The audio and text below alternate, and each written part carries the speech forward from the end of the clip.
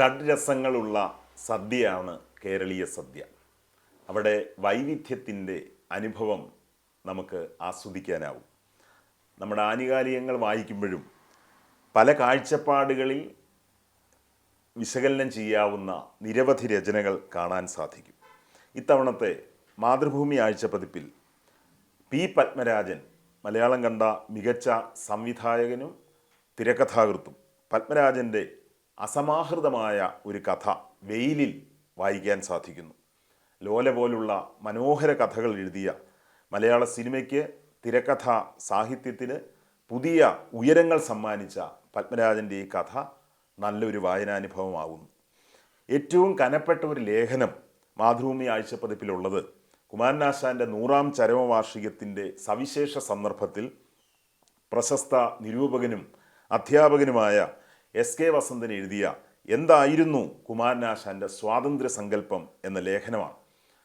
അതോടൊപ്പം തന്നെ ശ്രദ്ധിക്കപ്പെടാവുന്ന ഒന്ന് ഇന്ദ്രൻസിൻ്റെ ആത്മകഥ ഇന്ദ്രധനുസ്. എത്ര മനോഹരമായ അന്വർത്ഥമായ ആത്മകഥാ ശീർഷകം.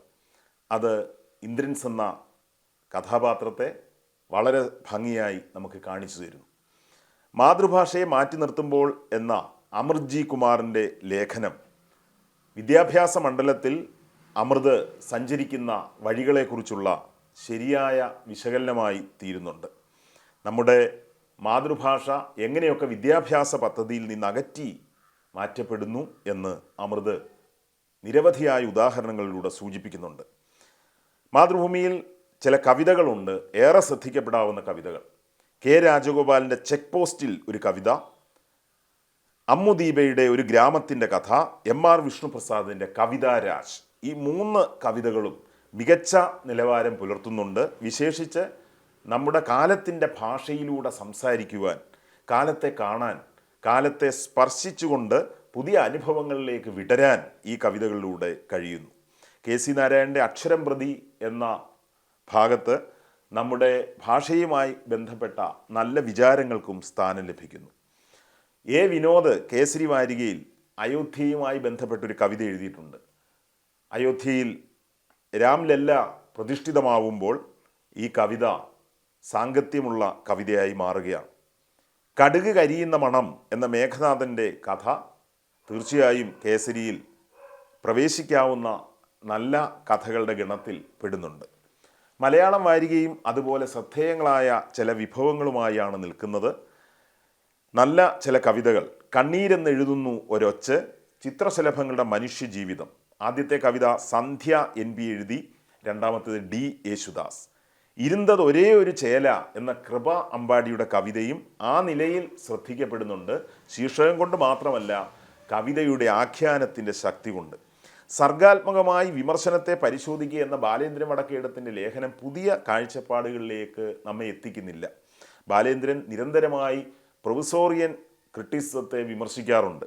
പക്ഷേ മലയാളത്തിലെ അധ്യാപകർ എഴുതിയ എത്രയോ മികച്ച പഠനങ്ങൾ അത് മലയാള വിമർശനത്തെ ശക്തിപ്പെടുത്തി എന്ന് എന്തുകൊണ്ടോ അംഗീകരിക്കാൻ ബാലേന്ദ്രൻ വടക്കേടത്തിന് ഒരു കാലത്തും കഴിയുന്നില്ല. വിപ്ലവകാരികളുടെ കഥകൾ എന്ന വി വിജയകുമാറിൻ്റെ ലേഖനം UP ജയരാജ് എന്ന നല്ല കഥാകൃത്തിലേക്കുള്ള നല്ല വഴിത്താരയാണ്.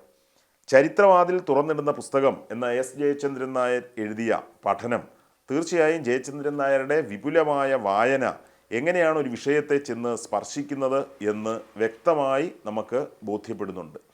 ഈ പഠനത്തിൽ, ദീർഘമായ പഠനത്തിൽ ശ്രദ്ധിക്കേണ്ട നിരവധി വസ്തുതകളുണ്ട്. ദേശാഭിമാനി ആഴ്ചപ്പതിപ്പിൽ വളരെ പ്രധാനപ്പെട്ട ഒരു കവിത കടന്നു വരുന്നുണ്ട്. അധ്യാത്മരാമായണം കിളിപ്പാട്ടിലൂടെയും മഹാഭാരതം കിളിപ്പാട്ടിലൂടെയും എഴുത്തച്ഛൻ ഉല്ലസിച്ചെഴുതിയ കളകാഞ്ചി വൃത്തത്തിൻ്റെ പുതിയ രീതിയിലുള്ള മാതൃകയാണ് വാഴ്വുകൾ എന്ന V അബ്ദുൽ ലത്തീഫിൻ്റെ കവിത. നമ്മുടെ വൃത്തസംസ്കാരത്തെ പാടെ പുതിയ കവിത കൈയൊഴിയുകയാണ് എന്ന പരിദേവനത്തിന് നല്ലൊരു മറുപടിയായി മാറുകയാണ് ജീവിതത്തിൻ്റെ ആഴങ്ങളിലേക്ക് നമ്മെ നയിക്കുന്ന അബ്ദുൽ ലത്തീഫിൻ്റെ കവിത.